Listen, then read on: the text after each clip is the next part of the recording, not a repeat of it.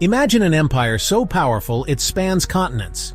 It builds mega highways, worships wealth, throws massive sports spectacles, and slowly turns its citizens into passive popcorn chompers watching the world burn. Sound like a Netflix doc? Nope, that's just Tuesday in ancient Rome, and maybe Wednesday in modern America. Today we ask the forbidden question, is the United States the next Roman Empire? With better dental care and way worse Twitter arguments? Let's dive into the eerie and sometimes darkly comic similarities between America today and ancient Rome before its spectacular collapse. Hold on to your togas, people, this one's gonna sting. Rome's greatest hits of self-destruction. Before we judge, let's do a little history therapy session. Rome wasn't built in a day, but it sure crumbled like a stale biscotti. Here are the fatal 5 reasons historians say Rome ate itself alive faster than a Senate buffet. Overexpansion and overspending. Rome's motto, go big or go home. And then conquer home too. At its peak, Rome spanned from modern-day Portugal to Iraq. It was like the Amazon Prime of empires, everywhere and somehow still losing money. Hadrian, an emperor with some self-awareness, said, "Yeah, maybe let's not." So he built a wall in Britain, literally the Roman version of muting someone on Twitter. But even walls couldn't stop the logistical nightmare. Too much land plus too few troops plus enemies everywhere equals Roman burnout. And of course, they kept spending like they had a black Amex card with no limit. Sound familiar? Welcome to a journey through the chaotic and often hilarious world of Roman government corruption. Buckle up, because this political clown car is about to take off. Quick quiz, how many emperors did Rome have between 180 and 260 AD? 26 in 80 years. That's 1 every 3 years, and most died violently. Imagine if your CEO kept getting assassinated in the office kitchen. That was Rome. The Praetorian Guard, Rome's version of the Secret Service but with way less chill, actually auctioned off the imperial throne in 193 AD to the highest bidder. That's not democracy, that's eBay with swords. And the Senate? Less wise counsel and more middle school debate club with wine. Wars are expensive, so are roads, baths, and chariot upkeep. Rome tried fixing its empty wallet the same way we do today, by printing more money, or in their case, diluting the silver in their coins. Imagine your dollar slowly turning into monopoly money, but with Caesar's face on it. Farmers were broke, the rich stopped paying taxes, the poor couldn't afford bread, and the whole economy? About as stable as a flaming Vespa on a cobblestone street. Bonus: just as ancient Rome depended heavily on the labor of enslaved and subjugated peoples to sustain its vast empire, modern America leans significantly on migrant labor to keep its economy humming. As of 2024, immigrants constitute over 19% of the U.S. workforce, amounting to more than 32 million workers. These individuals are integral to sectors like agriculture, construction, healthcare, and food services. Despite their crucial role, many of these workers face precarious conditions, including the threat of deportation and limited access to legal protections. This mirrors the vulnerabilities of laborers in ancient Rome, whose contributions were essential, yet often overlooked. Once Rome stopped conquering, the slaves stopped coming, and the system crashed harder than a kid with dial-up in 2003. Bread and circuses, Rome's version of reality TV. Let's talk strategy. How do you calm an angry, starving population teetering on the edge of rebellion? Easy. You throw them snacks and a show. In ancient Rome, that meant free grain distributions and a never-ending calendar of jaw-dropping public entertainment.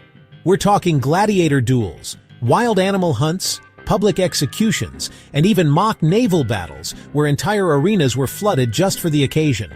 It wasn't just a distraction, it was a national pastime. Think of it as Roman Netflix, but with more blood, fewer plot lines, and a much higher chance of being eaten by a tiger. The Roman poet Juvenal said it best, the people long only for 2 things, bread and circuses. And it worked. As long as the games kept coming and the grain kept flowing, the public didn't ask too many questions. Rising inequality, corruption, a crumbling republic? Pass the wine and let's watch some guy fight a rhino. It was a brilliantly cynical move. Keep the populace fed, distracted, and politically sedated.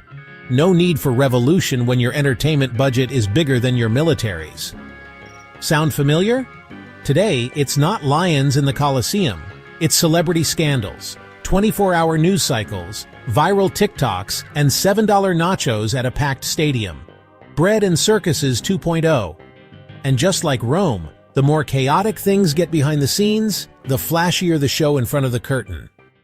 Rome had a bold strategy. If you can't beat the barbarians, let them in.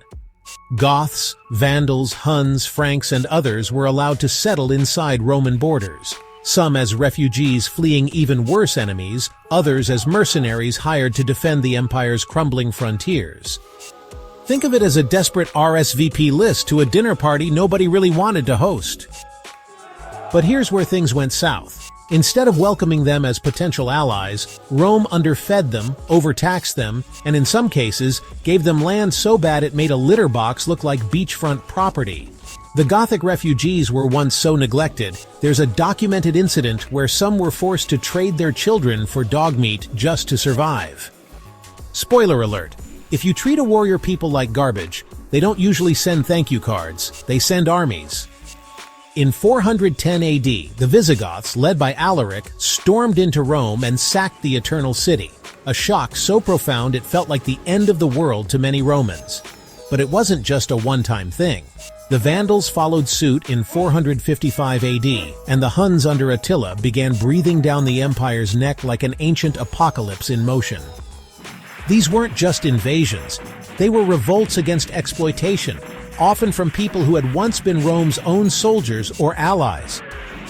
Lesson: if you invite people to dinner, don't feed them insults and expired dog jerky, then act surprised when they burn down your dining room.